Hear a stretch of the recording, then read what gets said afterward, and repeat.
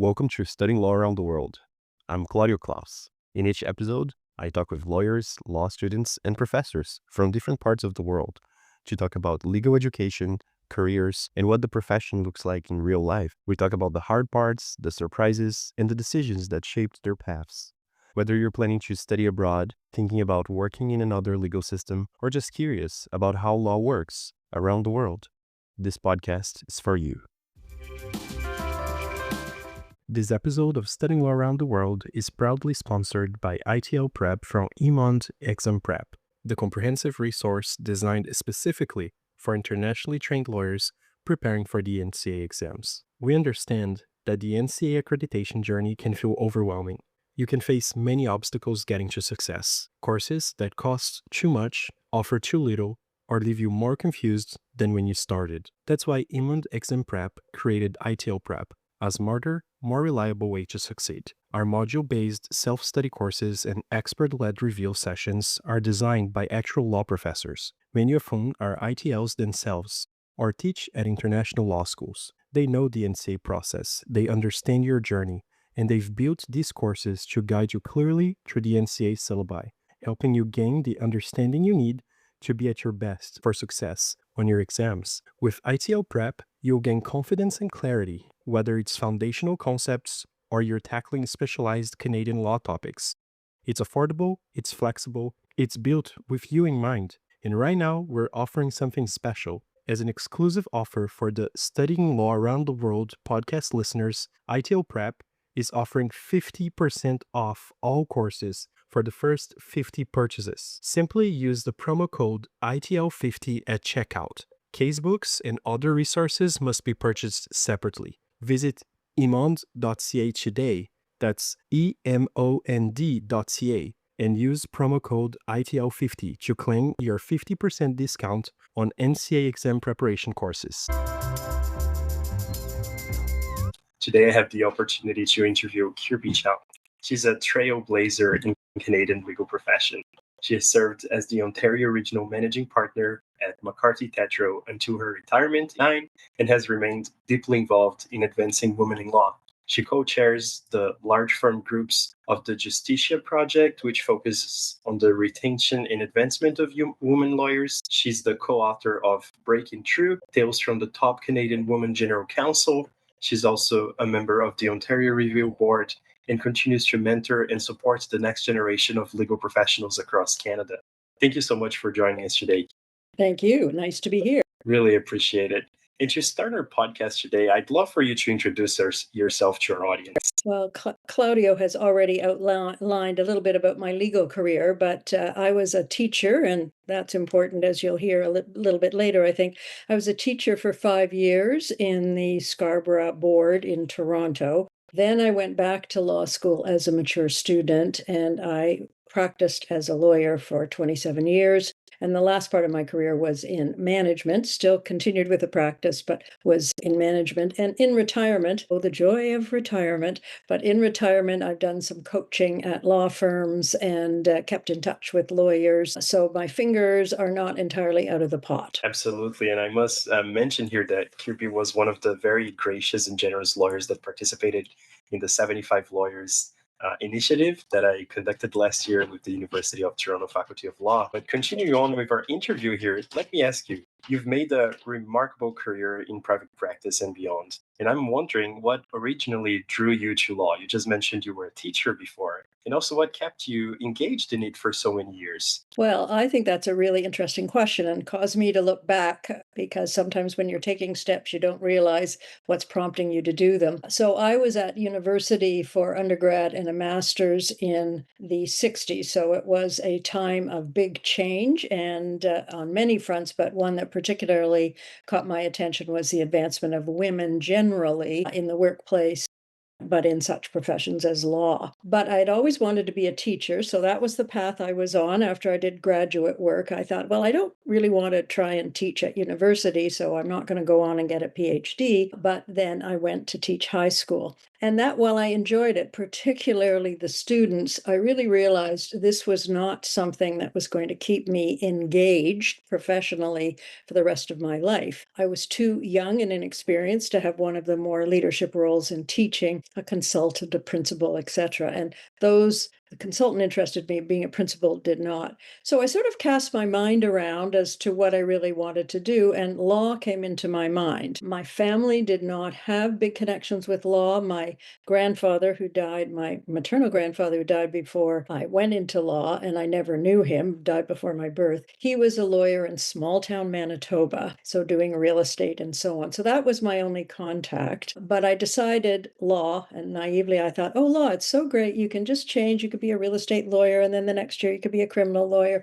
and the next year you could be a corporate lawyer. Of course, it doesn't work that way, but I didn't know. But I thought, so flexible. So then I went to law school, and I sort of, after teaching, I thought teaching, after being at university in the 60s, I thought teaching was sort of predominantly male. So the principals were all male, the big consultants were male, people at the board were male, the chair of the board was a male. So I was kind of surprised that women, excellent teachers, were clustered at the teaching level and didn't seem to rise. So that was my first experience of saying, there's something about this that's not right. So when I was in teaching, I started this sort of group of like-minded women where we were, first of all, trying to support other women to apply for these jobs outside of the classroom, and then to support them while they were doing it. We also started a newsletter. So I wrote the newsletter and we featured women in it, and that went to every single teacher in the Scarborough board at the secondary level. And thirdly, I went around and I did speaking. So this was something new for me. But it was, high schools would invite us in to meet with their teachers. And what was this whole thing about women? So I was right into speaking about that issue. So after, going into law, I thought, oh, law, it's going to be so much more progressive than teaching. And no, it wasn't. And so I had already developed this interest in women advancing in the workplace. So I carried that into law. And I think one thing that really helped me was being a mature student. First of all, I felt more bulletproof, if I can put it that way. If the law firm that hired me didn't like me, I knew I could get another job. I wasn't feeling I had to fit in and be liked in order to succeed. And that gave me a lot of confidence. And it also, again, as I said earlier, having already spoken up once about the issues affecting women in the workplace in teaching, I now really said, look, law needs some of this same work. So most of the partners in law firms were male. Women held a very small percentage of the lawyers in firms. And I thought, given that women do so well at law school, is there something wrong here? If you're an internationally trained lawyer or law student working in or trying to break into an English speaking common law system, you know that legal writing is one of the biggest challenges and one of the most important skills to master. That's where Grammatica comes in. I'm Rebecca Lockwood, the lawyer, mediator, educator, and founder of Grammatica International. We help lawyers and law students to write sharper, speak clearer, and land more interviews with on-demand online courses, live workshops, and one-on-one consulting designed just for legal professionals. I have worked with so many lawyers like you who are exceptionally smart, qualified, and capable, but need some guidance to really stand out in a competitive legal market. And I get it myself, having lived and worked in 5 countries during my 17 years in law and education. Whether you're looking to sharpen your writing skills generally, refresh your CV, or draft an application for a law program, Grammatica can help. Visit grammatica.co to get started. But the thing I liked about law per se, leaving that issue aside, was it's perfect for someone like me, shortest attention span. So if you're a litigator, you've got a case. If that case might be about bricks, all of a sudden you're learning all about how you make bricks. Then it's over, it's settled, it went to trial. Then you're on to something else. So it was constantly learning something for a specific. And I really enjoyed that. These weren't necessarily topics I would have chosen, but once you got into them, they were interesting. And so that there was enough in the legal profession, the day-to-day work that interested me, but boy, a lot of work. to keep me there. But then having this sort of sideline of working on bigger issues, particularly focused on women, that also gave me a different purpose to sort of look at my profession of law from standing back, what could we do? And I started to replicate some of the things that we had done or I had done in teaching. And that included reaching out to women, encouraging them not to leave the profession early, talking about partnership, speaking to other law firms, etc. And I really enjoyed that work. Now, happy to say, although the pace on this is pretty glacial, now it's more of a topic that is common in law firms. But in the I was called in 1981 to the Ontario bar. It was something people weren't doing. So it was really getting in on the ground floor, which is easier in some ways and harder in others. And again, given a very successful financially and professionally culture of law that's mainly male, it's a bit of a challenge as well. And most male lawyers at that time had non working spouses. So they had the built in support system for them to work as hard as you're required to in law. They weren't going through childbirth, they weren't primary responsibility for their children, etc. It was a challenging field, but it was something that allowed me not only with the work, which I liked, but with this kind of concept of working for women in law, to me, a really well balanced practice. Amazing. And building off of that, when you look back, were there a few specific moments early in your career that shaped the kind of leader you became later on? Well, I think what I noticed right away is that women tended to leave law if they were about to have a child. So if they were pregnant. Why? Well, they felt they could not balance caring in a way that they wanted to, caring for a child, raising a child, and also being a successful lawyer. And I was seeing colleagues at that point who were young, who weren't yet partners. So there were very few women partners, but weren't even in that consideration, leaving men.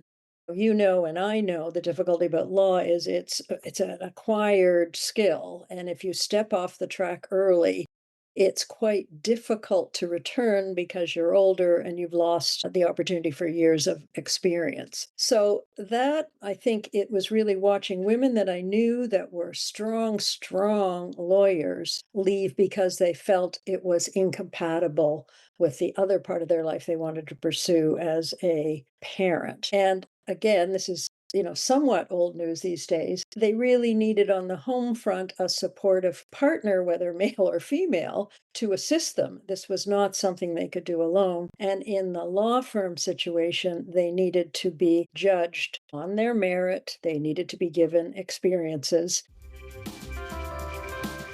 Whether you're studying law in Mumbai or practicing in Manhattan, Rev can help you transcribe and analyze all your case materials with verifiable citations. Learn more at rev.com.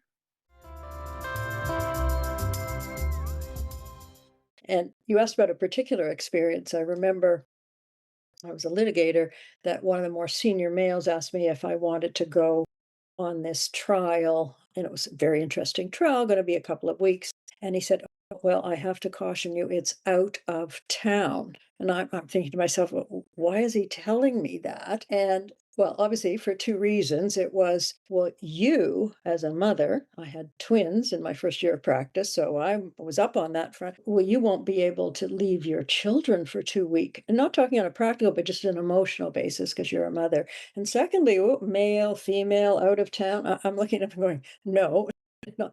And I said, no, that won't be a problem. I had good childcare and a supportive partner. So I think those, observing myself and observing other women in situations where I thought they weren't being encouraged to develop to their full potential really pushed me to start doing more women's stuff. I didn't go into law saying, oh, good, I'm going to wave that flag, but nothing was being done because why fix something unless it's broken would be the view of most male managing partners at that time. So I think it needed an outsider, so to speak, like me, who is saying, you're losing something here. And you and I also know that there are more lawyers applying for positions at a law firm. So if a woman left, her position would be filled very quickly usually by a male. So it was something that law firms, so, well, you leave. Okay, you leave. We can carry on. So those were the sort of impetuses. And I found not only did I find practicing law rewarding, as I said, sort of on a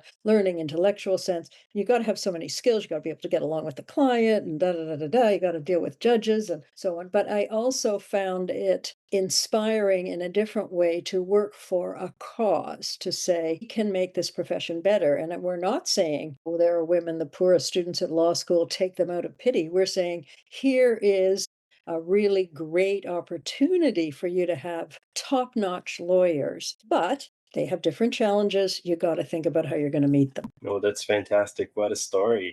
I'm sure it was a life of firsts in many, many ways for you. And if I can ask you a little more about the book you wrote as well, I'd love to hear how that idea came about. And then maybe if you have any specific stories that you still carry with you.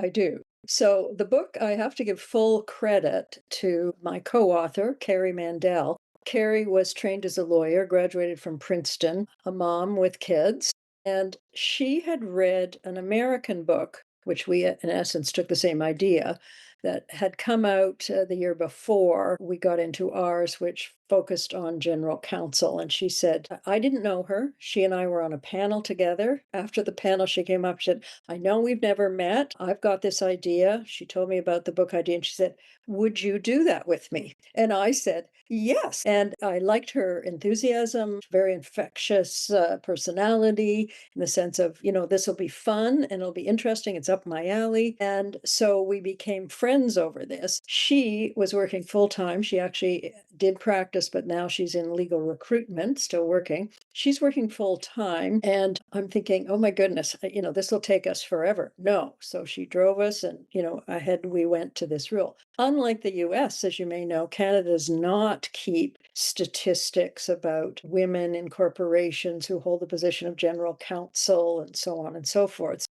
We decided we would focus on Canada's top 20 companies. We wanted to have it across Canada, not just in one province, sorry. So we looked up these companies online and then tried to look and see if their GC was identified. And obviously, having an unusual, somewhat ambiguous name myself, you can't always tell from a name. I mean, if the general counsel was Susan Smith or George Stone, we could say, oh, male, oh, female. Sometimes no name was given, or sometimes the name was ambiguous. We had to reach out and sort of refine the list. And then we had to develop questions. What did we want to do? And we thought we didn't want to have a dry, let's do a profile, headshot profile of X, a headshot profile of Y. We wanted to really get from them, how did they end up as a GC? What did they like about it? What advice did they have for women in their careers? So having established all that, we went out and interviewed people. And one story, just out of amusement, we ended up winning a prize for this book, a legal prize.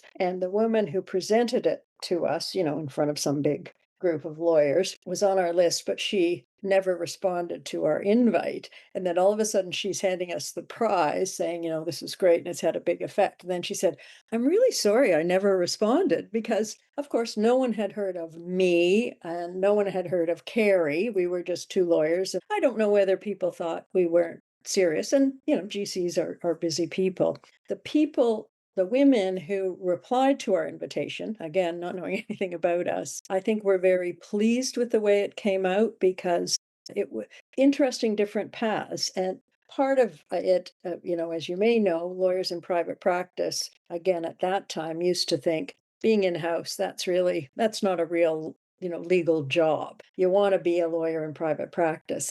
Private practice doesn't work for everybody. And there are some real opportunities here. And of course, if you're the GC of a big corporation, you'll have much more influence, perhaps even at a younger age than you would in private practice. So I think part of it was wanting to hear what made them leave and what did they feel when they were there as far as their career paths. Now, it was interesting to me as a litigator, and Carrie was also a litigator, most of the women had a background in corporate law, the most conservative part of law. And many of them said, I didn't feel I was part of the team in the law firm. I could do the work, but I wasn't invited to go golfing. I didn't go out to client lunches. And I thought, wait a minute, I'm a contributor, but I'm not really being welcomed. And so they saw these positions in companies as obviously, again, quite male dominated, but they were on the team already and they were there and they got to make big decisions. So that was a bit of an important insight. There were a few litigators in the group as well, and they were people who were just looking for a different kind of challenge. That's amazing. Well, taking all of that into consideration, would there be any kind of advice that you'd give to a woman lawyer today who is ambitious but not sure if she could thrive in the traditional firm environment? Well, as lawyers do, we all love giving advice. I mean, I would say it's not easy now, but it is easier now. But I think, first of all, on the personal side, whether you're on your own, whether you're in a partnership, you need a partner who's going to be supportive of you. Law is a demanding, long hours career. I'm not even talking about adding children, I'm just being in it. If you are with a partner who expects that you will be supporting his or her moments every day and doing this, that's not going to be realistic. So law firms have their difficulties, but also I think in our personal lives, we have to make choices that are going to work for us. Second part of that is obviously family. Law firms are way better now. I mean, when I had my twins and I was a first year lawyer at McCarthy Tétrault, I thought, I wonder what I do. And I went in to see the head of human resources, a guy, and he said, oh, well, you'll go on.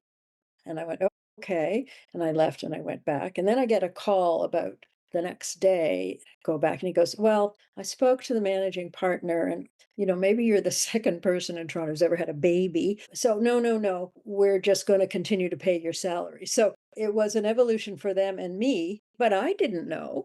I didn't know what happened. So I think for women who are looking for jobs initially, that I think it's fair to ask along with, what are my opportunities? What about partnership? What about this? But also what's your practice around maternity leaves? How does that affect my advancement to partnership, et cetera, et cetera?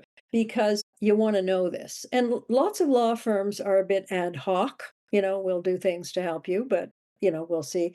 But it makes a difference, I think. And if you're a talented person, you will have a choice. And you may say, well, I prefer this. If you go in and never find out these things, you may be sadly disappointed when you actually need them. So I think that so my advice would be check it out. And secondly, if you're a hard worker and do well, which most women do in law, when you're in your firm setting, again, you are representing not only yourself in these situations, but you're representing women who will come on behind you. So get a little courage, good practice for all lawyers, and sort of say, well, this is about me. And you've never had someone take maternity leave, or you're doing this. Would you consider this? So feel that you have some power, although, of course, people around families tend to be younger lawyers where they may not feel they have that confidence. But I guess I'm saying these are all attributes that you need in your profession, but in this case, use them. Your best client there is yourself. So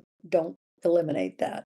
Fantastic. Well, as I mentioned reading your bio earlier as well, you've mentored many lawyers over the years. And I was wondering, on the other side of the table, as a mentor, are there a few things that you always look for when you're deciding whether you're able to mentor someone or, in a way, decide to invest your time mentoring someone? Are there a few qualities that you look for in future mentees? Well, I think yes. I think that's a very interesting question.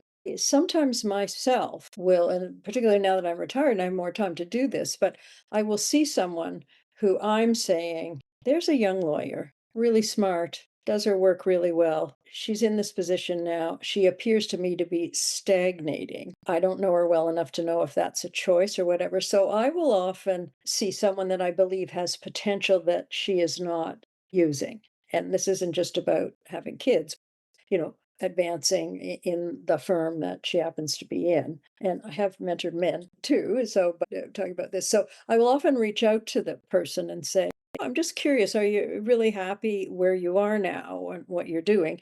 And if they say, yes, I am, okay, I'm the mentor. I'm not in the firm. I go, okay, great. Just wanted to check because I think that satisfaction so important. Like, for instance, I note that young male lawyers will move very quickly. If they don't like what they're getting their second year lawyer, they're gone. Women, I don't know whether it's loyalty or, many want security, etc. So they'll stay on where they're not unhappy, but not really reaching what they want. And they'll also often stay in situations in which they should be moving up, but they are now really helpful to a more senior lawyer who it's working well, usually for him, that this person is doing the research and the organization and this and that, but it's not really helpful for that person. But you're in that kind of weird thing where you're getting praise for what you're doing, but you're not stepping back and saying, but it's not advancing me. And my experience over the years is sometimes women need a little push out of that situation where men will be more requesting earlier on. Thanks very much. No, I'll help you on that, but I'd really like to be able to examine a witness and not just that wasn't offered, but I'm going to ask it because all that can happen is they can say no. Or I'm not really liking it here, so I'm going to go out and, get another job. So I look for people where I think they aren't acting to their full potential. And then I sometimes also, just from my own experience in my own firm, when they're in a firm that may not be supporting them, this would be particularly around like maternity leave and so on. I don't have a hesitation in not saying anything about the woman herself, but saying, oh, I'm just kind of curious what you're doing on this. And oh, really? Well, have you thought about this or that? So if someone is really happy doing something that I think they have considered their options, they're happy, they don't appear to be bored or stifled, it wouldn't be what I would be doing, but my job is not to talk them out of it. So I'm looking for those people along the way that I think perhaps aren't doing what they want. They may need a little push. Often women find it difficult to be advocates for themselves, to be confident and express it. And, having seen that in the law firm, and then as the managing partner, having women come in and say, I'm leaving, this is too hard, I can't do it. And so I say, well, okay, let's talk about this. I'm much bolder now where I'll say, well, there are some other paths here. Maybe they won't work for you, but let's talk about it. So I'm interested in right person, right time in their career, and willingness to do something. My job is not to convince people to be something they're not or push them in a direction they don't want to go, but help them to see that actually there's other opportunities out there, not always in private practice, in companies, no different in colleges of, college of teachers or college physicians and surgeons. There's lawyers are everywhere. They're at newspapers, so on and so forth. So I enjoy that part, which is, I guess, in a nutshell, helping people to either recognize and embrace more closely some direction that they're dreamily drifting towards to sort of say, good idea, let's enhance it. As we've been hearing from lawyers around the world on this show, one thing that's universal is the challenge of managing massive amounts of case materials. Whether you're dealing with witness statements in Sydney or reviewing contracts in Chicago, the volume can be overwhelming. That's why I wanted to tell you about Rev. Instead of analyzing documents one at a time, you upload everything to one workspace: PDFs, audio recordings, video depositions, transcripts. Rev's AI analyzes them all together and spots connections you'd never catch working file by file. Every insight comes with clickable citations that take you right back to the source. So when the AI finds a contradiction between witness statements, you can verify it instantly. Whether you're a law student or practicing attorney building your international career, Rev Insights gives you that edge our guests always talk about. Check it out at rev.com. Absolutely amazing. Something that just came to my mind here as you were saying that. Did you also notice maybe a difficulty for younger associates and maybe women or maybe in general on this need to step up from doing the work to also being more involved with, for example, business development? Because what you said just sparkled a few thoughts here on, sometimes you really need those associates who do the groundwork and who get that together, and that will free up the time so another person can maybe focus more on business development and all of that. And not that that's necessarily a bad thing, it kind of has to be done. But what was your view on that? And how do you incentivize people to be able to put in the word and be able to do some business development? Well, I think you put your finger on something. I'm doing some coaching at a small litigation firm, and these are first year associates who I'm working with. And of course, they are obsessively focused on, oh my goodness, I'm trying to learn how to be a litigator and I've got to, come up with these hours and all that. And the business development terrifies them. And so one of the things I do, and actually just did it this year, is I say, you know what? Business development's not easy. Actually, I think if you think about it as blind dates, it's actually similar. You've got to be able to talk, you've got to do this. I said, I'm going to suggest that we, the group of first year associates, and I asked actually a fifth year if he would share the meetings. I was there to give advice, but I didn't want it to be me. We'll do a group event because at your stage, you're too young. You don't know, you're not going to phone up somebody senior. So group events are great because you get to hide. So we did an event and everybody had, they worked out the job and we did a panel and they invited clients and they designed the invitation, et cetera, et cetera. And my goal, and we just had our debrief on it, my goal was to say, I want doing a group event, not necessary. It's cumbersome actually to have that many people. But if you do it once, you'll see there are these little steps and you do it. And then I say, and you could redo this by changing it slightly. So this is something you can do as business development on your own or with a friend in the firm for the next couple of years. It's only when you're about fourth or fifth year that you're really going to get clients that are important enough that you might take them to lunch. So it was a big success, and I think gave this group confidence that there's lots of little things, but now everybody had a template. And so, I'm saying, well, I hope what you might do is maybe you'll do another group one next year. Well, now, and I'm like the timing, you got to get those invitations out, and lawyers are terrible at responding. But so I think that it helps them calm down. So when they're in fourth or fifth year and business development becomes even more important, they've done two or three events. And when we did our debrief, you could say, well, actually, you want to do this in this way because that's, you want to know who the clients are and you want to know what company because that gives you something to talk to. You have to go and talk to them all, but you're in a group. So it was practicing the possible and learning what you need to do. So I think experiences like that. And the problem with most senior lawyers in firms is they're well ensconced with clients, sports tickets, as you know, being the big currency thing. Well, that's not everybody's cup of tea to, go to a sporting event. But, if you're a first year lawyer, who do you know that's senior enough that you're going to get front row seats at some basketball game? It's not going to happen. And it's too intimidating. And also, the senior person's going to go, I've been asked out by a second year lawyer at firm X. They're going to go, no, I don't see how that's helping me. So I think there's law firms, but this is an example to me of where I think law firms need to help people more to understand and prepare for the experience, then they can take it. But it's not something any of us ever did before we were in law firms and learned, well, we were supposed to do it. And the senior lawyers forget what it was like when they were a first or second year lawyer. You don't know anybody. I said, get that list of everyone in your law school graduating class and find out where they are now and keep in touch because those are the lawyers who 4 years from now, they may move from firm X in house at TD Bank.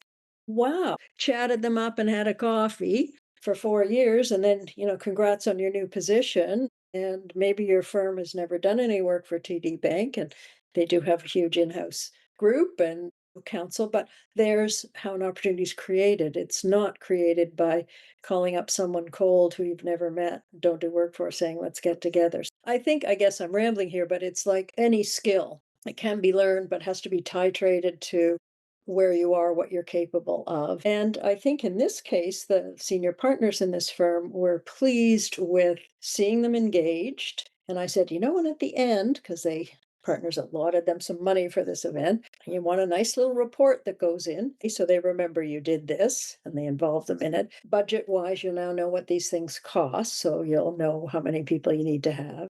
Yeah. And I think that I saw a lot of confidence. They were really pleased at the way it went. Fantastic. Talking about in the same general topic, but as I was researching for this episode, I saw that one of your advices in the past was about going with your gut and forgetting about security and career path. And my main audience right now is young lawyers, either first, second year associates, or people who are finishing up their law school. So it's that age range. And I'd love to ask you, for those who are listening to this podcast today and who want to build a career that feels meaningful, even if they don't follow that straight line, is there any additional advice you'd like to give the audience? Well, I say that very specifically, and I would never have characterized myself as a big risk taker. But there's sometimes when something affects your gut. So it was like me in teaching. I liked teaching. I found teaching rewarding. It was something I'd always wanted to do. But after 5 years, I thought, really? Do I want to do this for the next 30 years? And the answer was no. And so I said, well, I'm quitting. People's reaction to that was, "What? You're leaving teaching and all those holidays and a secure position, and you're gonna go back to school, so you're gonna have, like, drop in income and all this sort of thing." And but I knew in my gut it was right for me. Although, as I say, I didn't hate there are people who hate teaching. I did not hate teaching, and actually have done a lot of teaching in my legal career too. So I think what I see with young lawyers is it's so competitive, and you're working on getting into a good firm, and then you're working on, getting good reviews and advancing, and you're working on trying to be a partner, etc. And I see people who are really unhappy, smart people, but they're not moving. And whether it's because the prize of being hired at a law firm is so big, they can't, well, maybe I'm going to look around and do something else. So that's what I mean, but I could have stayed in teaching and I would have, I think, become unhappy and found it routine after a certain period. And I did not find that in my law career. So for me personally, the impetus was I need something that is engaging me better. I think in law, people find they either don't like people in their firm, they don't see their firm as going anywhere, and those things make them unhappy. Or they're getting, I think what's sort of improving now, maybe with artificial intelligence and other things, but huge document cases. So I went to law school, but now what I do for 10 hours a day is I review documents for this big litigation. I am bored to tears. I've lost the big picture. I don't want to this is not what I thought I'd be doing. So I think there's two things. Going with your gut is younger lawyers are afraid to complain because they don't want that label. But I find that squeaky wheel gets the grease. So that's a true aphorism for law. If you say, look, I'm happy to help on document review. I know we need it. X is an important client. I'm prepared to do this for a maximum of 3 months, and I'm prepared to train someone halfway through that to bring on.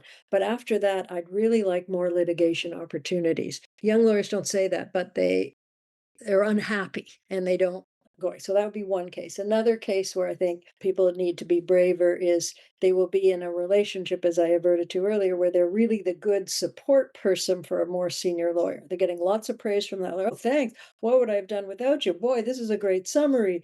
You thought of that. You thought of this. And I call that perhaps a slightly sexist term, but sort of the handmaiden syndrome. You need me and look how well I'm doing and you're praising me. But at the same time, that lawyer is sort of feeling, well, wait, I'm making someone else look great. I'm not really working on what I need to do. So I think asking yourself, am I doing work that I'm personally finding rewarding? And everybody has to do some crappy work in law, not for sure. But have I allowed that to take over my life? And I do say to lawyers when I'm working with other law firms, to have somebody on a document review file for 6 months or more, why? Well, it's easier.